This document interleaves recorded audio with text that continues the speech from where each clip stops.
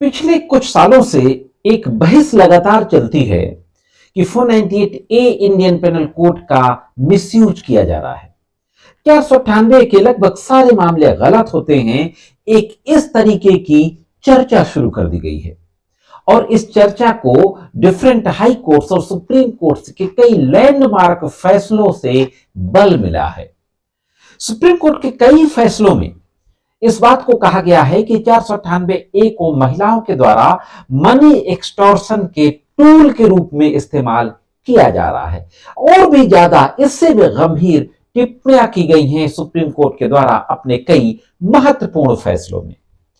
साथियों, इससे हुआ क्या है कि जो वाकई जेन्युइन मामले होते हैं, जहां पर वाकई महिला के साथ क्रूरता की जाती है, उसके साथ डाउरी की डिमांड की जाती है, डाउरी की डिमांड को लेकर के टॉर्चर किया जाता है, उन मामलों को भी शंका की नजर से देखा जाने लगा है।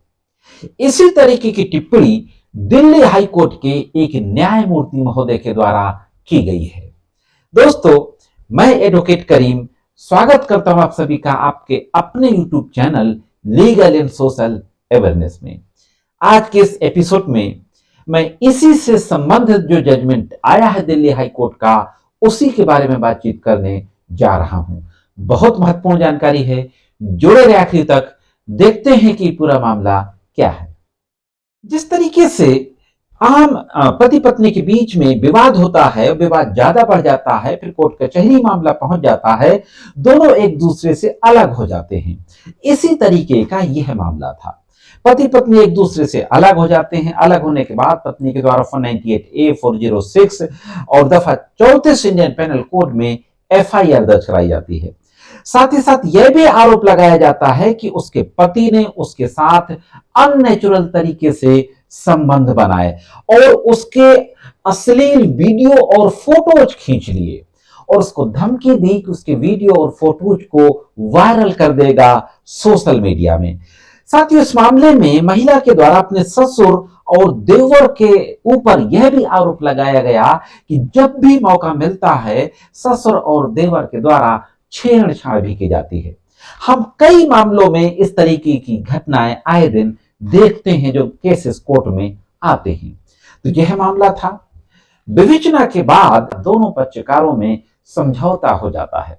जब समझौता हो जाता है तो चार्जशीट को पेश करने के लिए 482 सीआरपीसी के तहत दिल्ली हाई कोर्ट के समक्ष एक क्रिमिनल मिसलेनियस रिट फाइल की जाती है।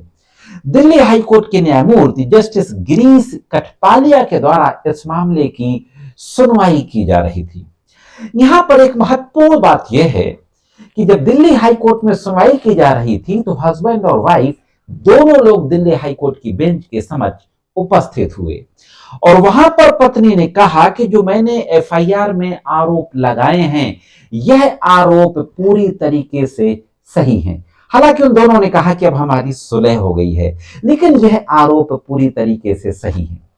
पत्नी के इस तरीके के स्टेटमेंट पे दिल्ली हाई कोर्ट के न्यायमूर्ति महोदय के द्वारा बहुत महत्वपूर्ण टिप्पणी की गई। तो देखते हैं कि न्यायमूर्ति महोदय के द्वारा क्या कहा गया। दिल्ली हाई कोर्ट के न्यायमूर्ति जस्टिस गिरीश कठपालिया के बेंच के द्वारा कहा गया पत्नी के उस बयान पर कि मैंने जो एफआईआर में आरोप लगाए हैं वो सारे आरोप सही हैं। कोर्ट ने कहा कि इन आरोपों की सत्यता या असत्यता का निर्धारण केवल मुकदमों के ट्रायल के जरिए किया जा सकता है। यानी जो आज एलिगेशंस लगाए हैं वो एलिगेशन सही हैं या गलत हैं, इस बात को विचारण के दौरान ही डिसाइड किया जाएगा। यदि आरोप सही होते हैं तो याचिकाकर्ता कानून के अनुसार दंड के पात्र होंगे और यदि आरोप झूठे होते हैं तो पत्नी को भी राज्य की कठोर कार्यवाही का सामना करना पड़ेगा। तो आप समझ लीजिए कि अगर महिलाओं के द्वारा जिस तरीके के आरोप लगाए जाते हैं 498A वगैरह अगर झूठे पाए जाते हैं तो राज्य की कठोर कार्यवाही भी उनके खिलाफ हो सकती है। साथ ही साथ कोर्ट ने एक और महत्वपूर्ण बात कही कि यदि ऐसे आरोप झूठे होते हैं तो उनका समाज पर व्यापक प्रभाव पड़ता है। हाँ दोस्तों, महत्वपूर्ण टिप्पणी थी हाईकोर्ट की। वे समाज में निराशा फैलाते हैं। कोर्ट ने साफ साफ कहा कि समाज में साइनिसिज्म, निराशा फैलाते हैं और असली पीड़ितों के प्रति भी अविश्वास और संदेह उत्पन्न करते हैं। जैसा मैंने शुरुआत में कहा कि जो मिसयूज वाले मामले होते हैं और जब इस तरीके की एक आम चर्चा, आम धारणा बना दी जाती है कि इस तरीके के मामले तो गलत होते हैं, तो जो जेन्युइन, जो सही मामले होते हैं उन पे भी लोग शक की नजर से देखते हैं, विश्वास नहीं करते। इस तरह की कार्यवाही में इन आरोपों की सत्यता का परीक्षण नहीं किया जा सकता। हाईकोर्ट ने कहा कि यहाँ पे आप चार्जशीट को क्वैश कराने आए हैं कंप्रोमाइज के बेसिस पर, यहाँ पे हम आरोपों के सही और गलत का परीक्षण नहीं करेंगे। यह कार्य तो पूर्ण सुनवाई, फुल ट्रायल में ही संभव है। जब कंप्लीट मुकदमे का ट्रायल चलता है तभी यह संभव है। तो फाइनली साथियों, दिल्ली हाई कोर्ट ने यह माना कि इस तरीके के जो मामले हैं, जो झूठे मामले होते हैं, वो समाज पे व्यापक असर डालते हैं, जनून मामले सफर करते हैं। तो मेरी अपनी राय है कि जो जनरल टिप्पणियां होती हैं हाई कोर्ट, सुप्रीम कोर्ट की, जनरल टिप्पणी नहीं होना चाहिए। हर केस के फैक्ट अलग अलग होते हैं, केस टू केस डिपेंड करता है, तो उस पर्टिकुलर केस से संबंधित टिप्पणी होना चाहिए। जनरल टिप्पणी से समाज में एक आम धारणा बनती है, एक आम बहस की शुरुआत होती है और उसका असर असली यानी सही मामलों पर पड़ता है। तो जानकारी कैसी लगी कमेंट्स करके जरूर बताएं। आज के एपिसोड में इतना ही। मिलते हैं किसी अन्य एपिसोड में कानून की अन्य जानकारियों के साथ। तब तक महत्वपूर्ण कानूनी जानकारियों के लिए देखते रहें लीगल एंड सोशल अवेयरनेस।